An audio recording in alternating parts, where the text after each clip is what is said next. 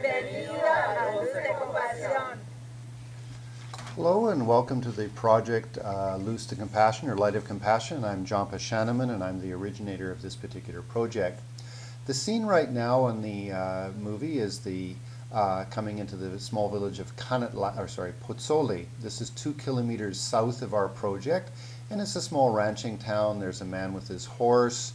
There are 500 people live here. This town was established 400 years ago and has 500 residents. It's very small. About 12 kilometers south of here is a big town of Canatlan with a police station, actually a new hospital, and a big grocery store. Now at this point the camera is panning east at this point. That's where the sunrise comes up. And then we're panning around. There is the north side, and then we're going to come around to the northwest, and then to the west the sun sets over those mountains, and then the valley opens up to the south. It's very good feng shui here because we have mountains to the east and the west and to the north, and then it opens to the south. And the actual property, which is 50 meters by 230 meters, has a river on the eastern side, which then loops around in front of the property. Again, considered very auspicious feng shui. Now, we're going north up the valley. We're heading towards the property, and we're coming up to a small river, and we're going to drive across a ford. This particular river is normally very low, and you can drive a sedan car across this. But in July and August it does get a little more rainy, and this does swell, and therefore there is a secondary road that one can drive across. We are at 6,000 feet or 2,000 meters. The winter time is clear and cold, but not that cold, and maybe there's 1 or 2 days of snow, but it melts incredibly fast. Again, high altitude is warm in the sunshine or even hot, and then cool in the shade. Now, the property is owned by a non-profit association that is registered here in Mexico, and you have a usage and improvement contract with that particular society. Therefore, it is a contract that you can transfer, you can sell, you can bequeath it to a family member, and that is your 12 by 12 meter piece of property. On that, you can build a house pretty much to any design that you wish. The limitation would maybe be 2 stories. But again, I mean, if there's something attractive that you'd like to do, you certainly can present it to the society. There's no major restrictions. Now, over on that side of the valley, which is the western side, there is a road just at the bottom of that mountain, which does have traffic, but it's not overly noisy, and again, anywhere you live nowadays pretty much you're going to have noise of some sort, but it is a fairly peaceful valley. It is just apple orchards and some corn, and there's a little bit of tractor noise and this and that.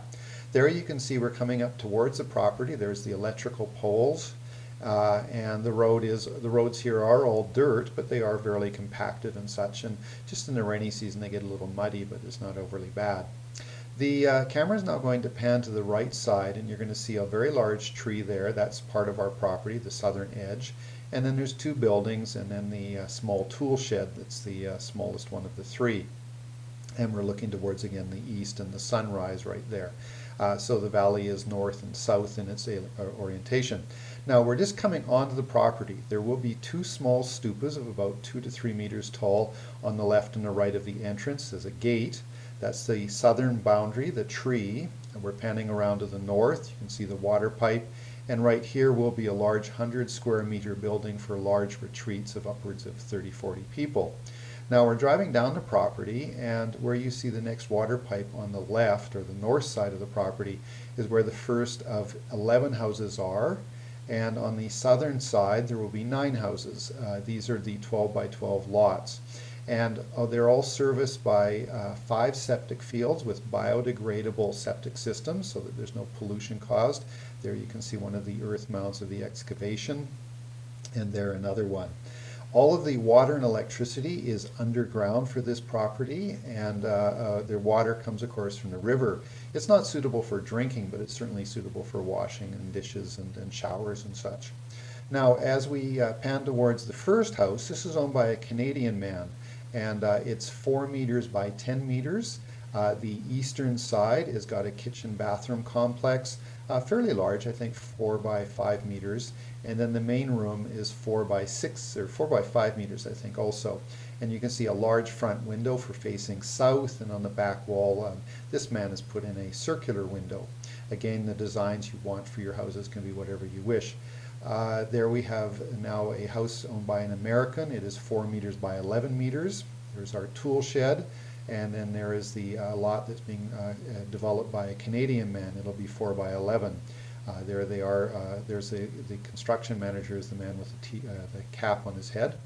This shed will have the water tanks on the top to give us all water pressure.